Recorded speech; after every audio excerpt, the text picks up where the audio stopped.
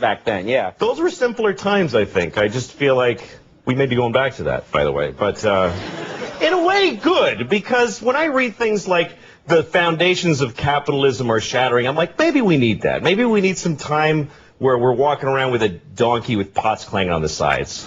You think that would just bring us back to reality? Yeah, because everything is amazing right now, and nobody's happy. Like, in my lifetime, the changes in the world have been incredible. When I was a kid, we had a rotary phone.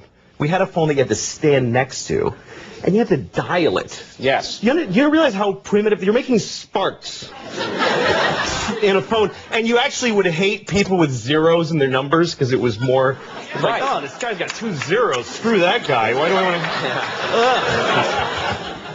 to? And then if they called and you weren't home, the phone would just ring lonely by itself.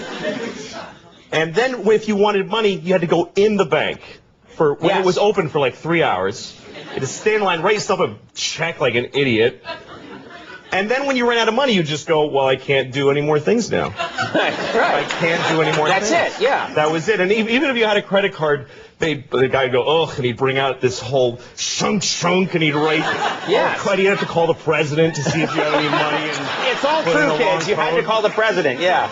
It was ridiculous. Yes. Do you feel that we now, in the 21st century, we take technology for granted? Well, yeah, because now we live in an amazing, amazing world, and it's wasted on the crappiest generation of just spoiled idiots that don't care, because this is what people are like now. They got their phone, and they're like, it won't.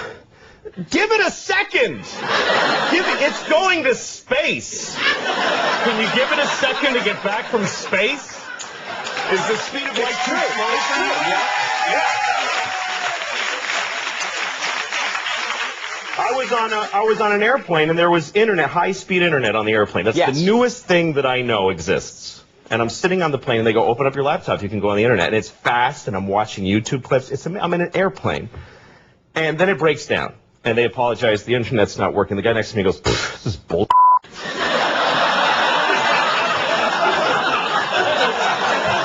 Like, how quickly the world owes him something he knew existed only 10 seconds ago. Right. And on planes,